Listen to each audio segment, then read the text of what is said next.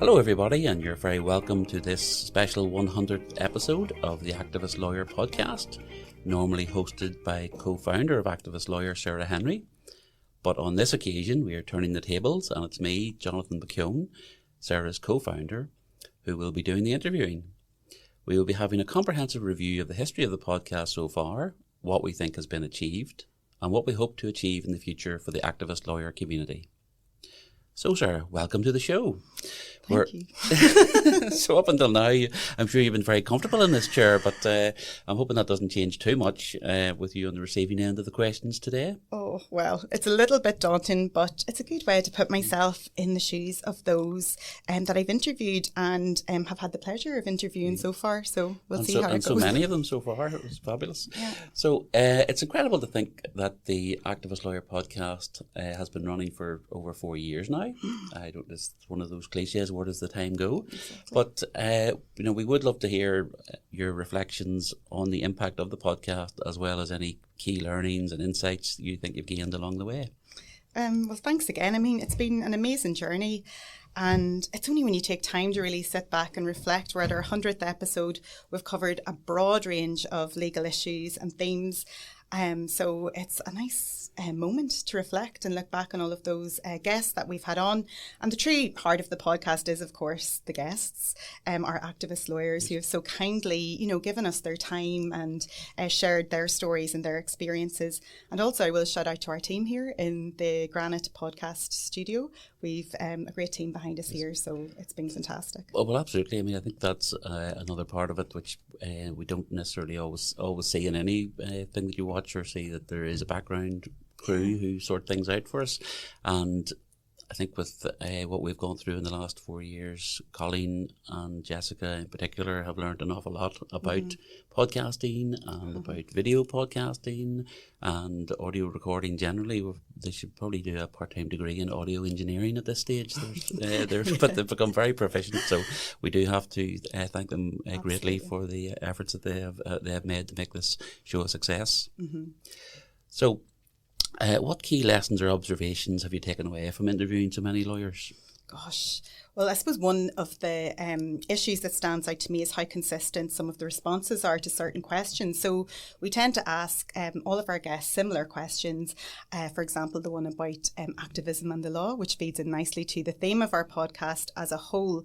And everybody provides different answers, different perspectives to that question about how, we can make societal change work through activism and the law. But one question that we ask, and again, it comes from my own kind of nosiness into this area, is about how people attain, I suppose, a work-life balance when they're working in so many challenging and difficult and complex cases. And a lot of our guests, I've noticed, do a lot of exercise. So activist lawyers seem to be a fit category of people in terms of switching off. And of course, they don't really switch off from their work, but it helps them focus and relax and kind of, lead into the next day feeling fresh. But one thing that I've noticed through all of the guests that we've had on, the common thread is their commitment and their passion for their clients, who they put first at all times, and for their work. And it's not often that they do get asked to share, their work, their day-to-day routine, what it's like to work on high-profile, complex cases. So it's a real honour to be able to speak to them.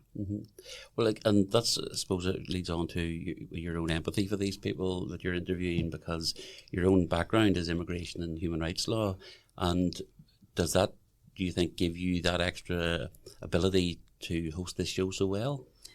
Probably. Well, absolutely. When it comes to immigration in particular, because I actually know a lot of the guests and I might have worked with them before. So I'm familiar with the caseload that they might have in front of them and have a good understanding of the type of work that they do. In my past career, I would have dipped into other areas like employment law, traveller rights and discrimination cases in general. So they're areas that I'd be comfortable in talking on and really like to get up to speed with those types of areas. Now, there's other I suppose, areas that I'm not that familiar on, like environmental justice, the climate cases, and of course the Northern Ireland legacy cases that we focus on quite a bit here. And sometimes I have to remind myself to ask the next question because I'm listening so intently to the solicitor or the barrister talking about those areas. So I learn a lot, and I'm fortunate because before we do each episode, our guests tend to send me a lot of reading through. So I get to pick up on, different insights in those areas that I'm not familiar with working on. So yeah, learning on the job. Well, there's a lot of learning in the previous 99 episodes, but would there be any that you could say that stood out for the most for you? Gosh, well, it's really hard. I think we had this conversation back a few years ago when we'd only about 30 or 40 episodes maybe. So I'll probably focus on more recent episodes. And one that really stands out for me for a variety of reasons would be Frank McGuinness, who's a barrister with the Garden Court Chambers. And Frank shared his journey, into law in a real kind of candid and open way. And it was very thought-provoking, that episode. And his background in politics, especially his commitment to advocacy and socialism and representing the oppressed, really shaped his journey into law and his practice. So he discussed the challenges of working within a legal system that sometimes seems at odds with his clients and, with his beliefs as well. So he really shares the difficulties of navigating that profession, which can be resistant at times to people who hold views like Frank. So I thought it was such a powerful episode to see someone who really stayed true to his beliefs while excelling in his field as an excellent barrister. And he'd lots of really good advice for listeners. So that stands out. I could talk all day now, but I'll pick another episode that I really enjoyed. And it's one of our most popular episodes, most downloaded, is Dr. Sue Conlon. And Sue is really an expert in immigration across Ireland and the UK. Maybe I'm being a bit biased. I loved to learn more about her perspectives on immigration. And not only does she cover legal developments, but she looks at that intersection between the law and politics, which I think our podcast often covers. And we can see how both kind of gel or jar, as the case may be, when it comes to topics like immigration. So I'd really recommend anyone who's interested in finding more about immigration to listen to that episode. And then on a personal level, I was thrilled that Daniel Macover, the solicitor with Hickman Rose Solicitors in London, agreed to come on the podcast because I'd been following his work for some time.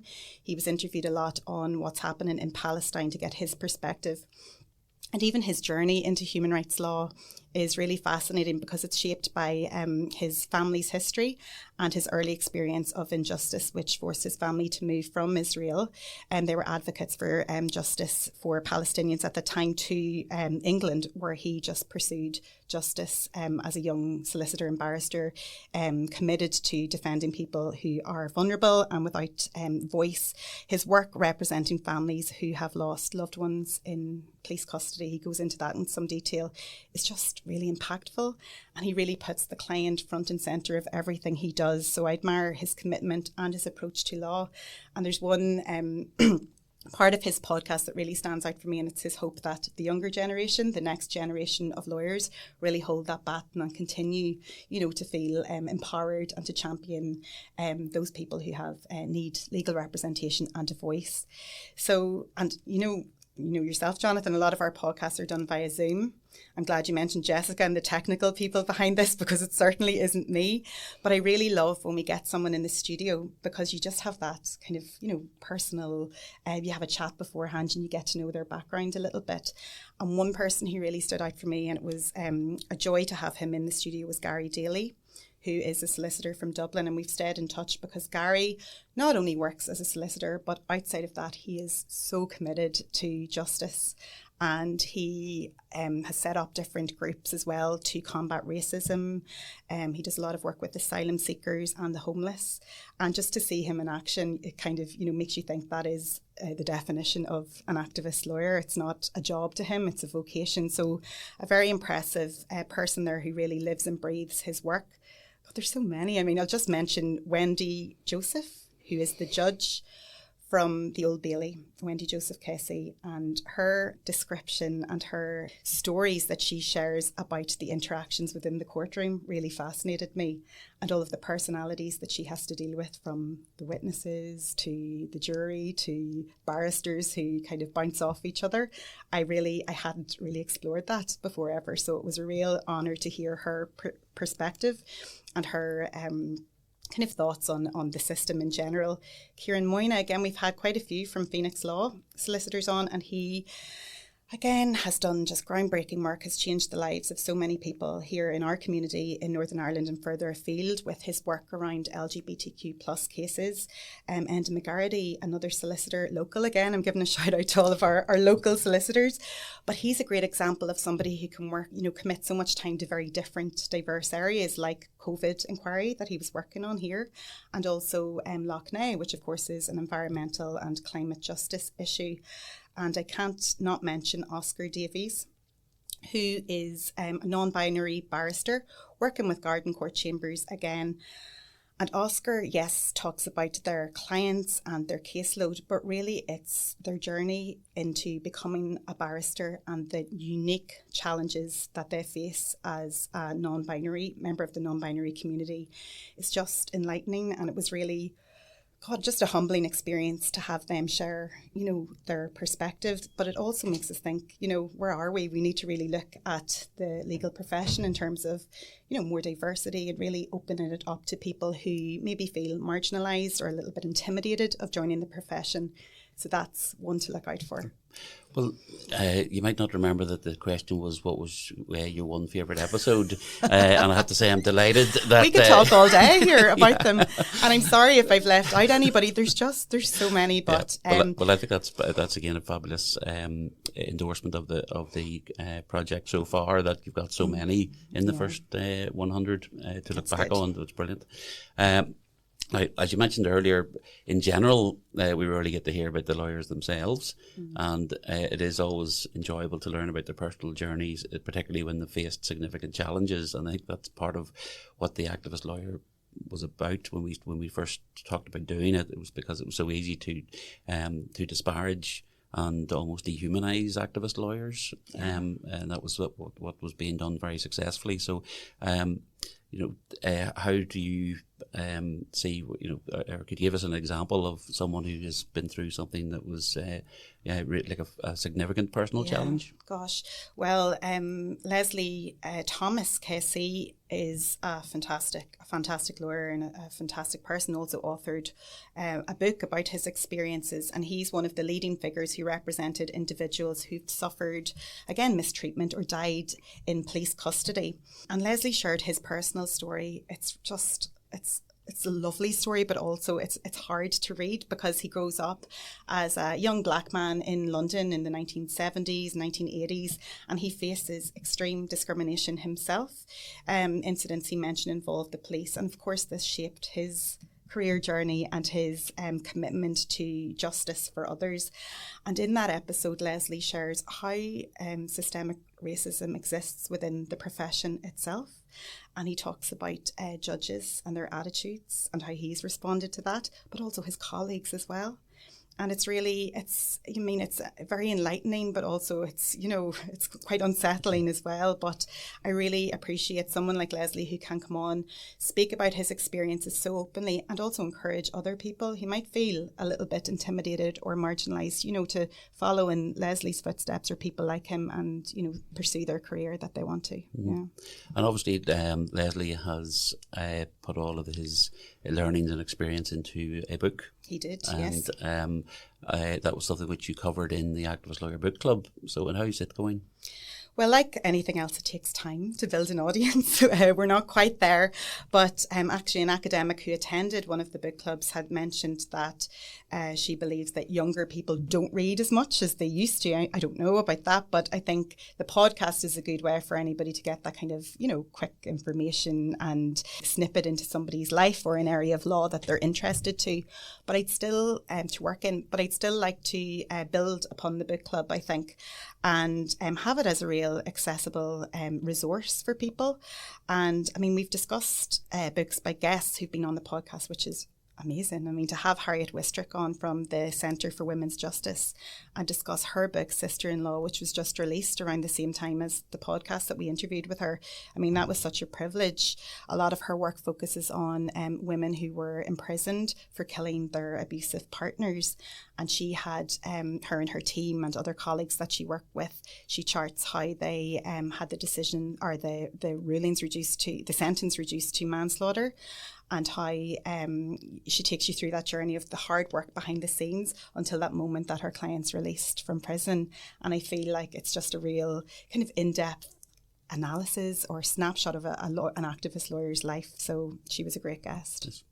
Well, fabulous. And as a podcast, it has evolved over the years, hasn't it? I mean, we didn't really know what we were doing at the start. That's right. And I keep saying we when it's obviously mostly you, of course. But do you have any particular plans then for the future episodes or themes that you're excited about covering? Yeah, well, you're right. It did evolve. I mean, I remember you saying to me, let's do a podcast. And I said, what?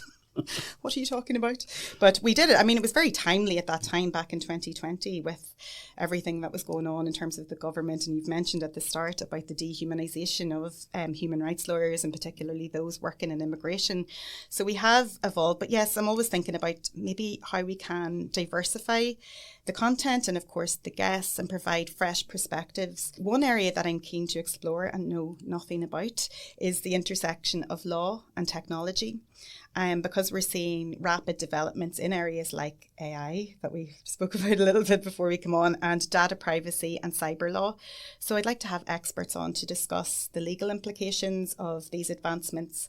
And another area I'd like to dive into would be to explore social justice movements beyond the courtroom. We did a little bit of that when we had guests on to talk about climate justice and environmental groups that they're working with.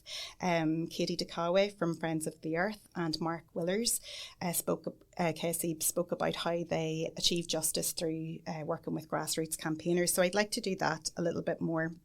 And also feature more international voices because there's so much going on. I think it's important to discuss global challenges faced by human rights lawyers themselves in different jurisdictions. And this would help to, broaden our listeners' understanding of the law as a tool for social change.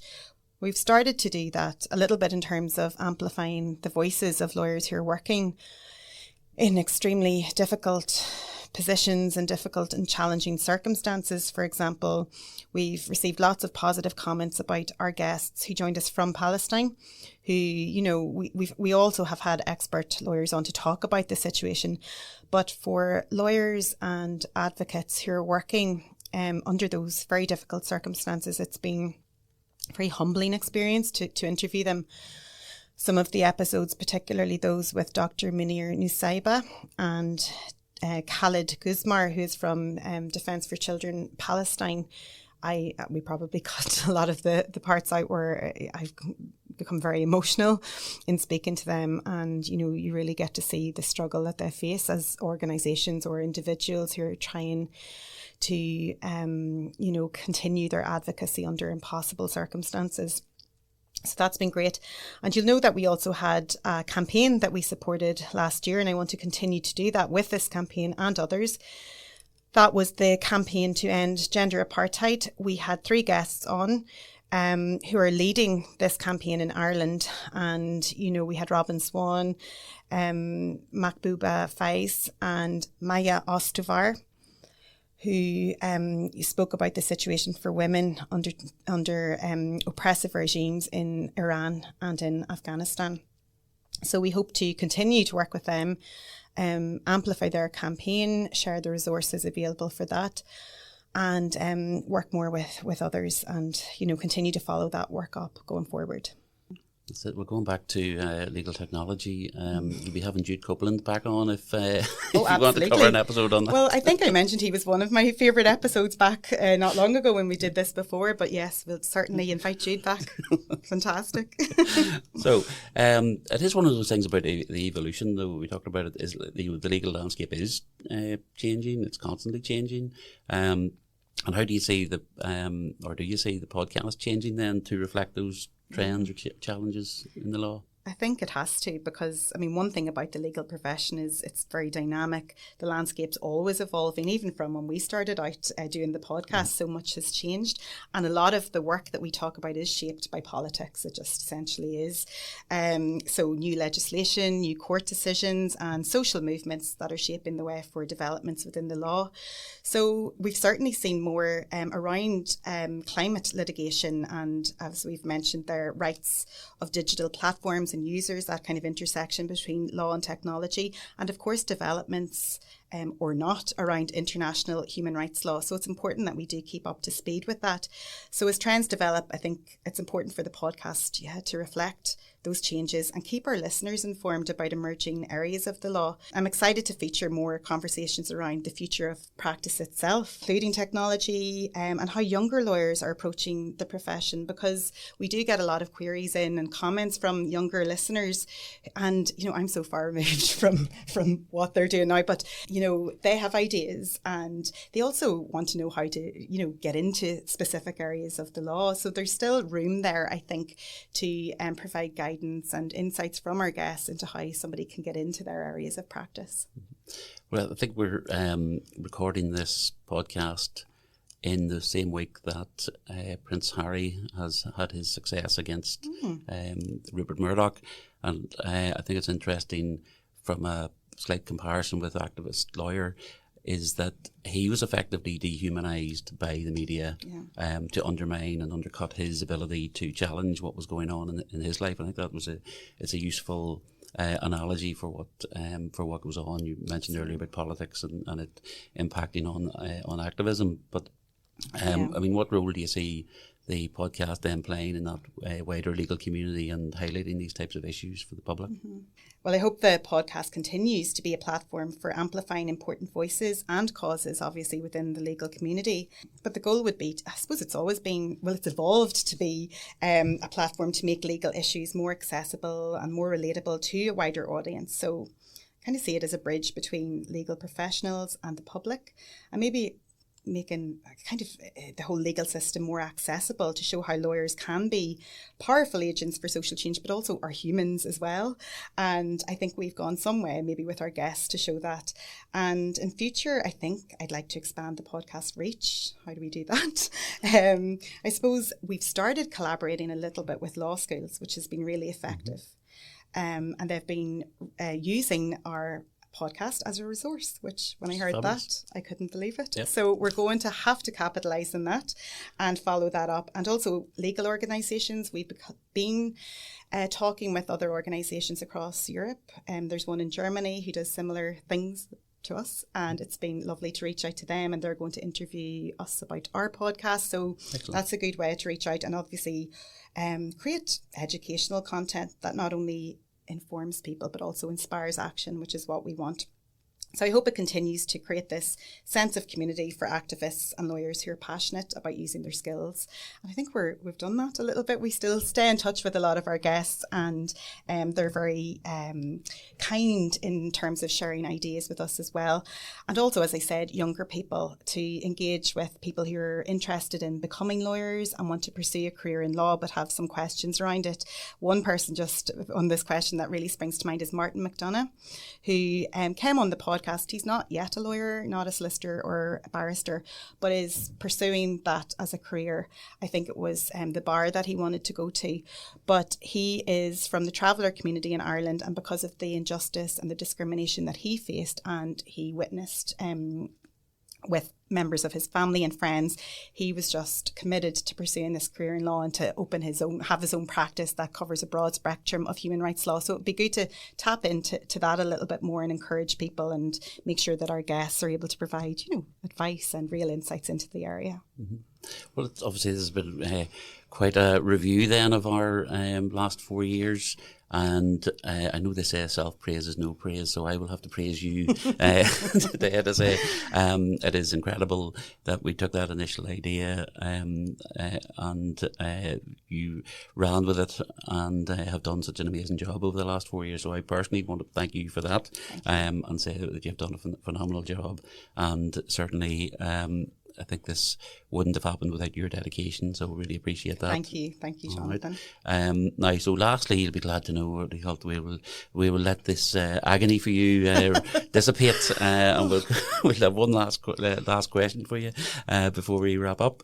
So do you have any advice for the aspiring lawyer or activists looking to make an impact? Yeah, I mean, I've thought about this a little bit, and I like to draw on, I suppose, what our guests say, but also my own experience having worked in human rights in the past. And my biggest advice would be, I suppose it sounds a bit cheesy, but I think it is to stay true to your values and your passions. It's not always easy because the legal field can be intimidating, and, especially for those who want to work on cases or issues that don't necessarily align with the mainstream, and you might feel, put off or a little bit daunted by pursuing a particular area. But I feel like no matter what, there's always a place for somebody who is committed to justice. You'll find, your tribe, as they say, and you'll find lots of resources to help you, if you're willing to push for that change, but also to look for opportunities. I remember working as a trainee and maybe a paralegal at one point before that in a busy human rights firm in Dublin, but afterwards going to, now Zoom didn't exist back then, so I had to go physically to courses or talks or volunteer. I used to volunteer with the Free Legal Advice Centre in Dublin. And that's just a phenomenal experience. You're always learning, always evolving. So don't be afraid to ask for opportunities as well. But I think volunteering and looking for opportunities to find the area that you're really interested in as well. You might change your mind after working in it. So that's really important. But just don't be afraid to, take risks, and whether it's in your career path or the causes that you choose to champion. And I think surrounding yourself with like-minded individuals and being open to learning and evolving all the time. We're never experts. So yes, I think that's my snippet of advice. Well, I think just to wrap up on that point, I mean, it does, as you said about things being cheesy, or this is a bit of a cliche, but I think, don't they talk about success being like 80% or 20% inspiration, 80% perspiration? Yeah. In terms of that, that's certainly the thing with the activism and the community that we're dealing with, is that you have got to be resilient, relentless. You've got to keep going. And I thought it was interesting when you mentioned then that a lot of the community have found themselves with outlets, whether it's sport or other things, that allows them to maintain their energy to do it, because I think that's it. And that's what we're trying to encourage with everybody with this, is that there is a wider community. There are people to speak to give you that inspiration, to keep you going at the times when it's hard. Absolutely. So. Yeah. All right. Listen, thank you so much, Sarah, for being such a fabulous guest. And thank you for being such a fabulous host. You're a pro. Well, come on now. That's what we'll do, the mutual backslapping off air. So thank you so much, and thank you everyone for listening, and I hope you enjoyed this milestone event of our 100th episode. Thank you. Thanks everyone for joining me today. If you like the show, please remember to share and leave a review if you have a moment. And you can also check out our website, www.activistlawyer.com, where you will see some blog articles written by our guests and contributors, as well as some fabulous Activist Lawyer merchandise. This podcast was recorded in Granite Podcast Studio. Interested in starting up your own podcast but don't know how? Granite Podcast Studio can help. Record your podcast in our state-of-the-art studio, which is based in the heart of Newry City. Our studio has cutting-edge and user-friendly technology and can seat up to 4 people. We also provide an editing service for our team, using your guidance and editing notes to provide you with a flawless finished product, leaving your listeners wanting more. For more information on how you can get started, visit www.granitepodcaststudio.com.